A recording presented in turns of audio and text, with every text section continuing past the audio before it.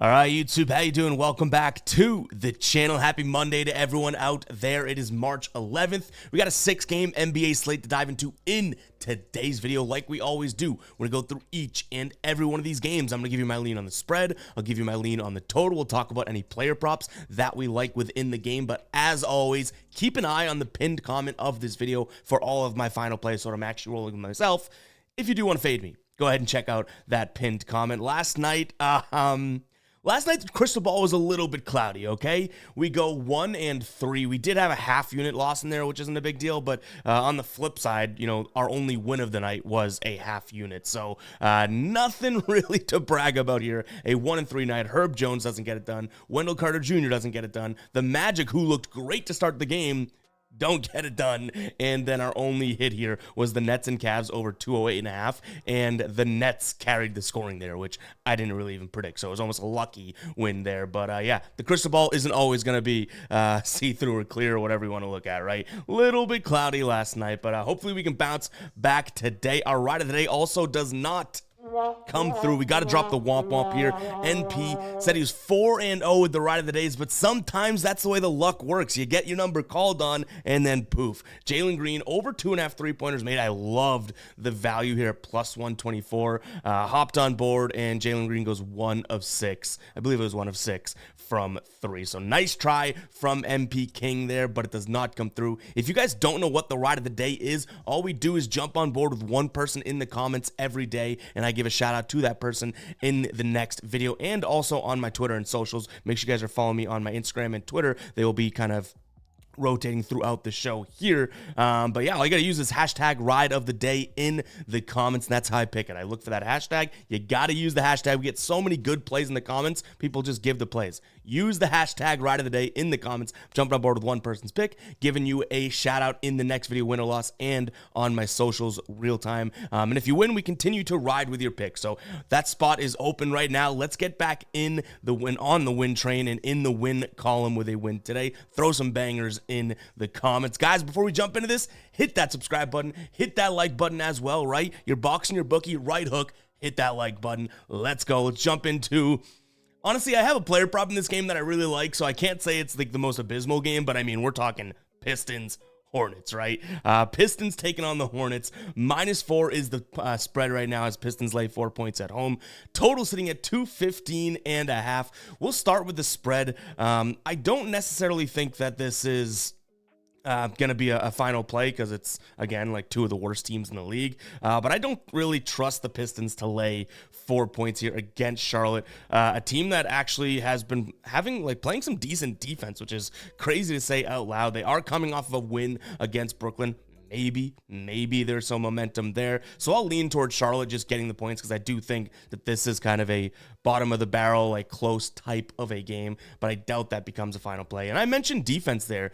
This Charlotte team, they have been playing defense. Like in their last 3 games here, they're allowing the 5th fewest points per game in the entire league. They're playing with a slow pace, so I expect this one to potentially go under as well. So slight lean on the under for me there. But my favorite play in this spot is going to be taking a chance for Vslise. I think it's how you say his first name. Micic on the Charlotte Hornets. Under 7.5 assists for plus money. So first off, I love the plus money here. He has hit the under in 8 of his last 10 games. He's coming off a 10-assist game, which could be a little bit frightening. But Micic has just started to play more and more minutes.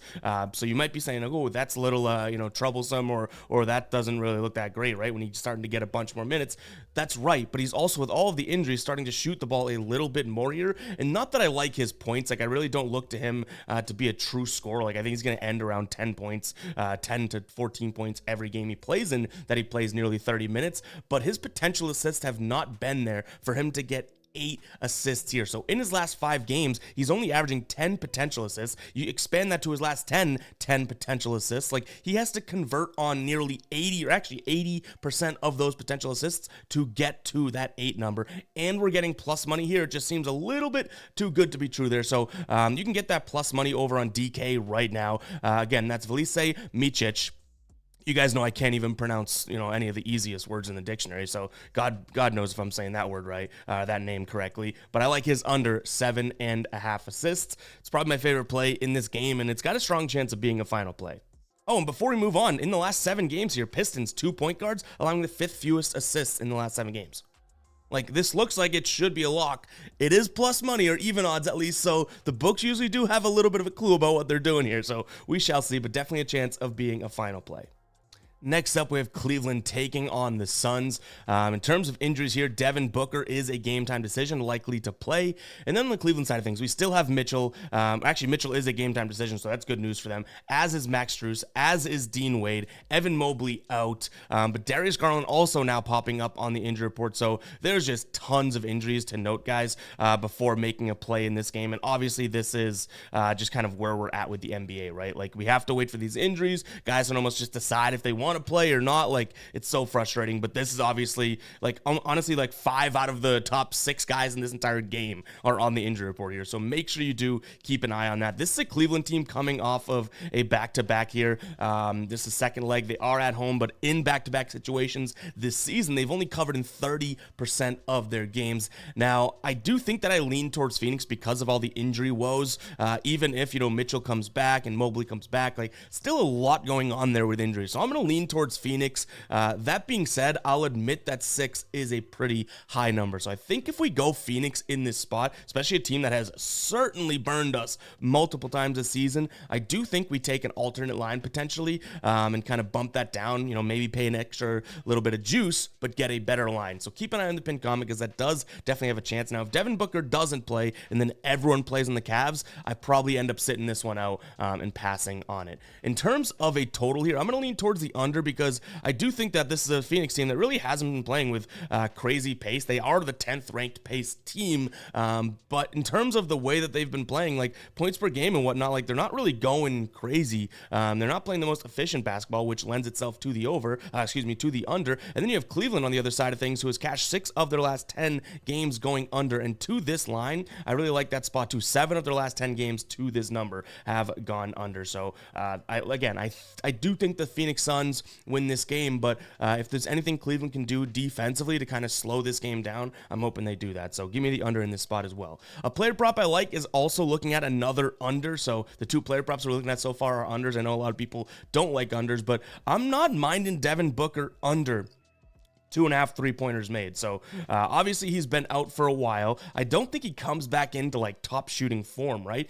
And he's going up against the Cavs defense now. Again, a lot of injuries. Mitchell, Garland, like their perimeter guys are injured. This could impact it, but going up against the Cleveland team over the last 7 games, the 5th best team at preventing opposing point guards from hitting those threes. And the great thing is Devin Booker on the season, is a 38% foul 3-point shooter, right? In his last 10 games that he played, he's a 30% 3 shooter. So let's call him a 40% shooter, being absolutely generous, right? He's only taking 5 attempts per game. So even if he shoots his percentage, which he hasn't even been sniffing as of late, and we're being generous giving him a bigger percentage, even if he shoots that, that's 2 out of 5 in this game if all things go according to plan, right? So I think he's going to need way more volume if he is going to hit 3, and if he has that volume, well then screw us, right? But if he sticks to his numbers and his trends as of late and going up against a decent Cavs perimeter defense, I don't think that he ends up making 3 threes. So again, there's a lot of injuries in this game. Devin Booker might not even play, so we'll keep an eye on the injury report and see what becomes final plays out of this, but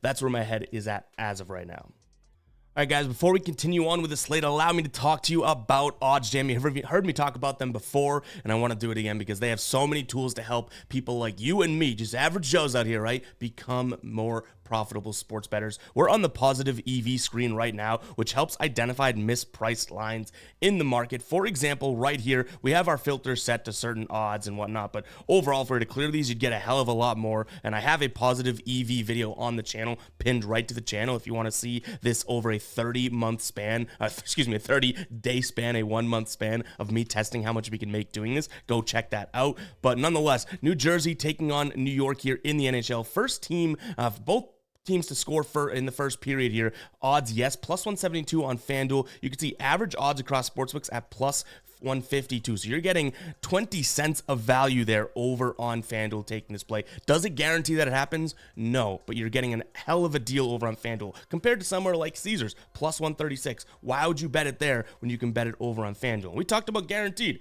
Head over to the arbitrage page here. This is where the guaranteed money comes in here. You can see they recommend your bet size based on your unit and tell you what you can win based on this. What I mean by guaranteed is both of these lines have to happen. So this is an esports play, a money line. Either Gentle Mates has to win or Team Go, right? If we look at this, you can bet Gentle Mates to win over on Bovada or Bodog, depending on if you have those sports books. You could say you bet $100 over there. You could head over to Pinnacle and bet 162 on Pinnacle at minus 150 odds. You're guaranteeing yourself a profit of $8 no matter what the outcome is. You might be thinking that's a hell of a lot to put up for just $8, but it literally is risk-free. There's tons of tools over on OddsJam, guys. These are just two of my favorites. If you want to check it out, there's a link in the pinned comment. You'll get 7 days free. And if you want to sign up, use code GUYBOSTON. You'll get 25% off. Seriously, guys, go check it out. Tons of tools to literally mathematically dismantle any sportsbook out there. Go check it out. OddsJam, link in the pinned comment. Make sure you use that code GUYBOSTON. All right, next up, we have Chicago taking on Dallas. I do think that this one could go either way, just based on what their number is, too, because I could see Chicago kind of pulling this one off, but I have to trust this Dallas team right now. They're fully healthy. Not even Luka Doncic is on the injury report, so there's a positive for them, obviously. And this Bulls team, yes, they're winning games, and they've won some impressive games, but this is one game at home, and then they go to Indiana after this, and it's like, it could just be a weird spot for them, right? Whereas Dallas is the second game of their road trip. They do go home as well after this, kind of in a similar situation, but they've already been on the road. They just played Detroit a couple nights ago. So just in terms of travel, I do think Dallas has a little bit more comfortability here, even though they're the away team. Like, the Bulls are packing up and leaving after this. So kind of something that impacts, I guess, my brain in a sense. And they just have more talent there. I think they win, obviously, at the guard position and around the perimeter. So give me Dallas here minus the 4.5. Total sitting at 233. That's also something that tells me that this is a Dallas-led game. This has not been a very fast-paced Chicago team. They have been a little bit faster in the last 10 games. Like, they've been sitting right around the low 20s when it comes to pace rank. They're 19th over the last 10 games. So you know that means that they've sped up a little bit here. But in terms of where they rank to this, they've hit the under to this line in 6 of their last 10. Dallas has hit the over in 8 of their last 9. So just the fact that the total is there alone tells me that the books think that this is going to be a Dallas-led type of a game. And kind of in spirit of that, there's a player prop that I like. He's on the Bulls, and I like DeMar. I've given you guys that prop multiple times. We're yet to make it a final play, but his PRA line, like, the dude has been crushing it. It's getting up there. It's like jumping by 2 each and every game. It's up to 35.5 now, but he's still hit that in 4 of his last 5 games here. Actually, in 4 straight games, so 4 of his last 4. And this is a Dallas team that really struggles against the power forward position. Now, DeMar DeRozan's a small forward by trade, but or you can even make the argument that he started as a shooting guard, but gets this power forward start here. In Chicago right now. But even if you go shooting guard, small forward, or power forward, Dallas struggling in all of those categories, or at least 2 of the 3 PRA, to be able to stop DeMar DeRozan here. And what I like too is this Dallas team is really allowing plenty of mid-range jumpers as of right now. Well, what do I tell you guys about mid-range jumpers? Brandon Ingram and DeMar DeRozan, 2 guys that absolutely should get that tattooed on their forehead. In fact, they should probably have it tattooed somewhere on their body. But I do think that this is a good spot for DeMar. My only concern is the fact that that line is getting, like, we were giving out his PRA line a week ago at 31.5. You know what I mean? Now it's 35.5. It went to 33.5. Still liked it. He cashed it last game. Went to 35.5, but he's gone 40 plus in 3 straight games. So the trend is there, but is the line just getting too high? We shall see.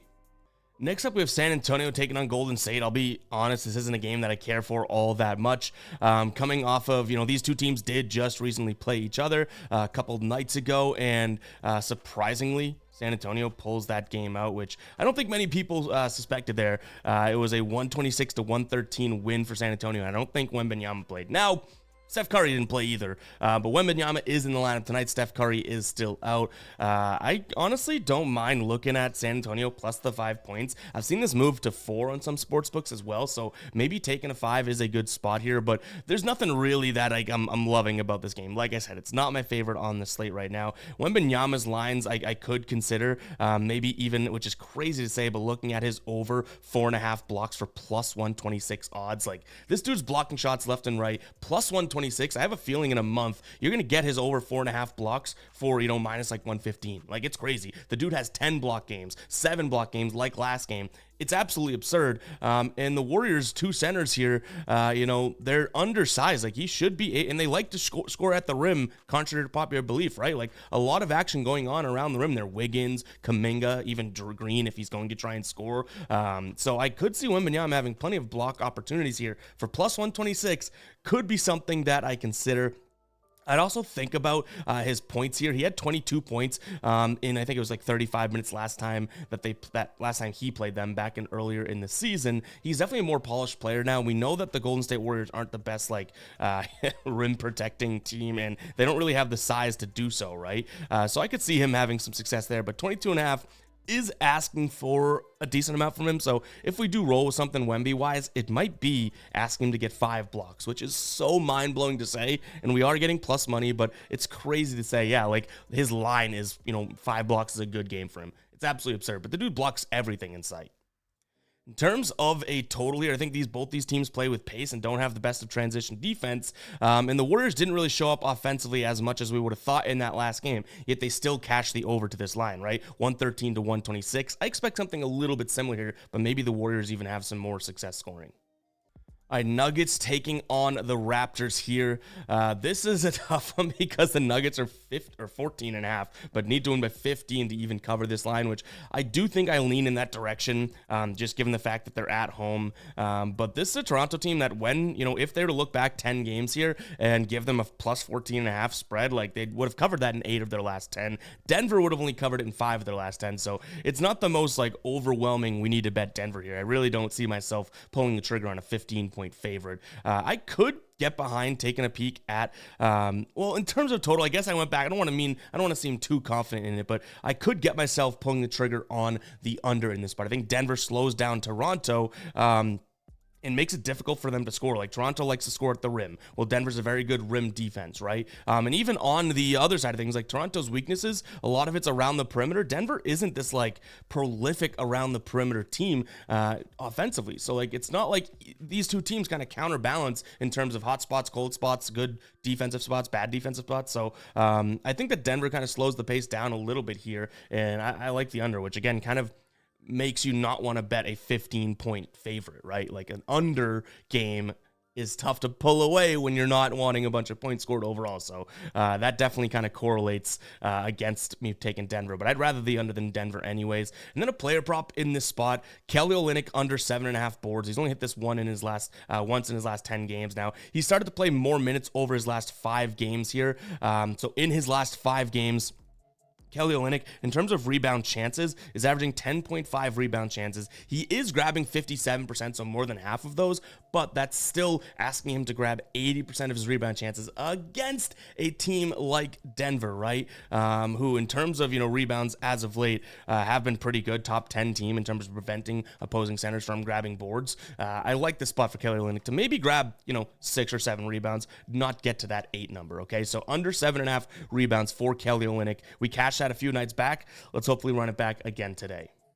All right, Portland taking on Boston. Honestly, we're recording this early, but this one may not be even worth looking into as of right now. So we may have some plays here, and we are going live at about 4:45, maybe 4:30 Eastern time today. So maybe we talk about this game a little bit more. But Drew Holiday, Derek White, Jason Tatum, Jaylen Brown, all game time decisions in this game. All toss-ups play, and no Kristaps Porzingis. So tons of injuries to consider here for the Celtics. It may not be something that we end up rolling with, but if they all play, obviously I like the Celtics minus the points. They just beat Phoenix. That was a low-scoring game, and I kind of think that this one's a low-scoring game too.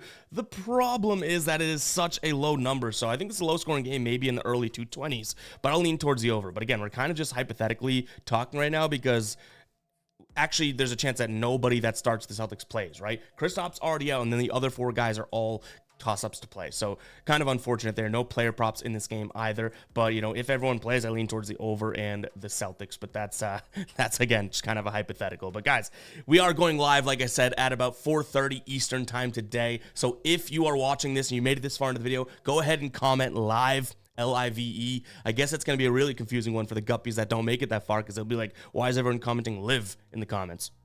We're confusing them even more, but that's how I know that you guys are real ones, when I see the same names over and over again commenting those, you know, comment word of the day or whatever we're going to call them. But means so much to me, guys, to see that type of support and whatnot. Like, we wake up sometimes before the sun to get these videos going, and I'm going to be traveling this upcoming week, Wednesday on, still going to get videos out. Like, very, very excited and inspired to literally race on here, turn the camera on, get the system going. Like it's just amazing how supportive you guys have been, and it makes it a hell of a lot easier to get up here and grind when we know that we're building such a great community. So appreciate you guys. I don't mean to get all sappy at the end of the video, but comment live if you made it this far in the video. Hit that like button, hit that subscribe button, and yeah, we'll catch you guys in the next one. All right, peace out.